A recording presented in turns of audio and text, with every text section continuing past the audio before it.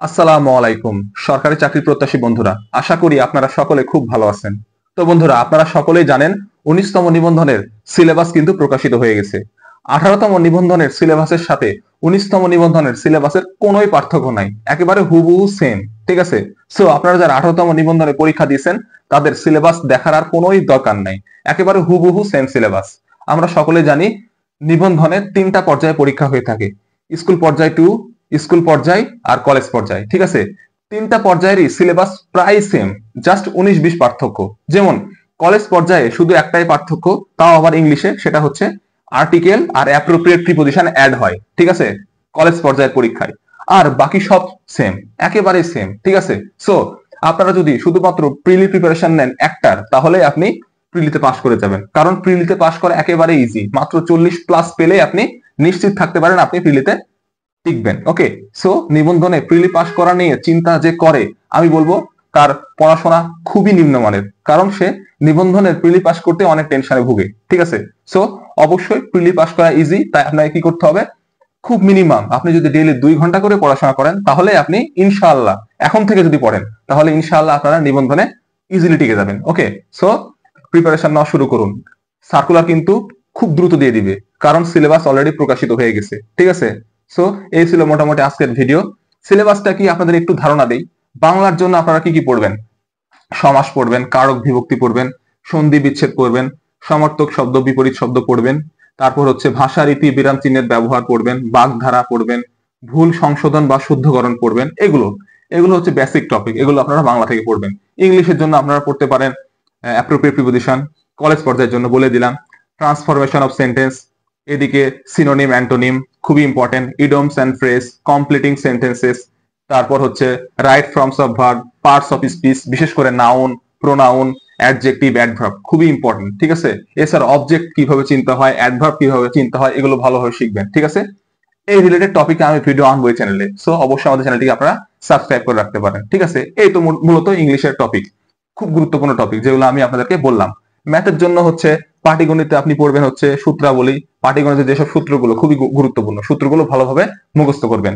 গড় পড়বেন, ঐকিক নিয়ম থেকে প্রশ্ন আসে, লসাগু গসাগু, শতকরা, সুদ কষা, লাভ ক্ষতি, এগুলো হচ্ছে পাটিগণিতের জন্য খুবই গুরুত্বপূর্ণ টপিক। ঠিক আছে, এছাড়া বীজগণিত থেকে আপনারা পড়বেন উৎপাদক, বর্গ, ঘন সম্বলিত সূত্র বলি। ঠিক আছে, ঘনর যেসব সূত্রগুলো রয়েছে ওই সূত্র দিয়ে যত ম্যাথ আছে সব শেষ করবেন। ঠিক আছে, প্রয়োগ, গসাগু, বাস্তব সংখ্যা, তারপর হচ্ছে বীজগণিতীয় রাশির যত সূত্রগুলো রয়েছে, সূত্র দিয়ে যতগুলো ম্যাথ রয়েছে সবগুলো করবেন। ঠিক আছে, খুবই গুরুত্বপূর্ণ। লগারিদম, সূচক লগারিদমের চ্যাপ্টারটা খুবই গুরুত্বপূর্ণ। ধারার যেসব ম্যাথ রয়েছে এগুলো করবেন। ঠিক আছে, তাহলে ইনশাআল্লাহ আপনারা ম্যাথে খুব ভালো মার্কস পাবেন। ঠিক আছে, আমার এই চ্যানেলে আমি প্রত্যেকটার ডিটেল ভিডিও বানিয়েছি।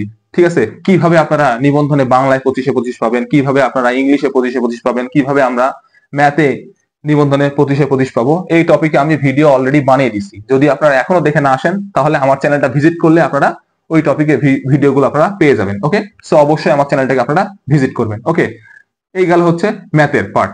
এবার হচ্ছে সাধারণ জ্ঞান। সাধারণ জ্ঞানের জন্য বাংলাদেশ সম্পর্কিত সব পড়বেন। ঠিক আছে, আন্তর্জাতিক বিষয় ও চলিত ঘটনাগুলি পড়বেন। ঠিক আছে, বর্তমানে যেসব ঘটনাগুলো চলতেছে আন্তর্জাতিক পর্যায়ে সেগুলো পড়বেন। ঠিক আছে, বিজ্ঞান ও প্রযুক্তি থেকে বিজ্ঞান, আইসিটি, এগুলো হচ্ছে প্রিভিয়াস ইয়ারের প্রশ্ন পড়লেই ইনাফ।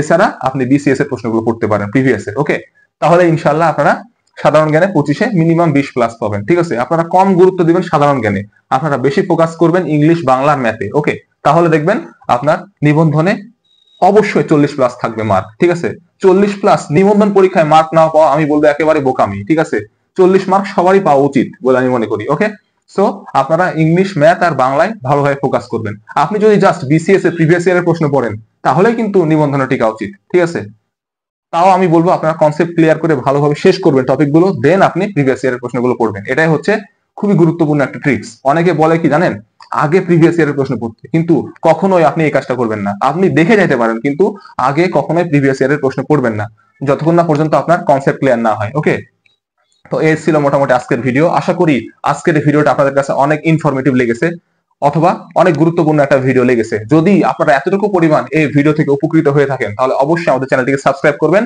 আর ভিডিওটিতে লাইক করতে ভুলবেন না। ঠিক আছে, তো আজকে আসি, দেখা হবে নেক্সট ভিডিওতে। আমার সাথে সরাসরি যোগাযোগ করতে চাইলে আপনারা আমার ফেসবুক পেজটা ফলো করে ওইখানে গিয়ে মেসেজ দিবেন। ঠিক আছে, তাহলে অবশ্যই আমি আপনাদের মেসেজের রিপ্লাই দেওয়ার চেষ্টা করবো। ওকে, আমার ফেসবুক পেজের নাম হচ্ছে আমানের প্ল্যাটফর্ম। ঠিক আছে, এই ইউটিউব চ্যানেলের নাম যেটা সেটাই হচ্ছে আমার ফেসবুক পেজের নাম। ওকে, তো অবশ্যই আমাদের পেজটাকে ফলো করবেন। ওকে, তো আজকে আসি, দেখা হবে নেক্সট ভিডিওতে। আপনার সকলের জন্য রইল শুভকামনা। আমার এই চ্যানেলে আমি অনেক অনেক অনেক ভিডিও আপলোড করব নিবন্ধন রিলেটেড, ঠিক আছে? তো আপনাদের সকলের জন্য রইল শুভকামনা।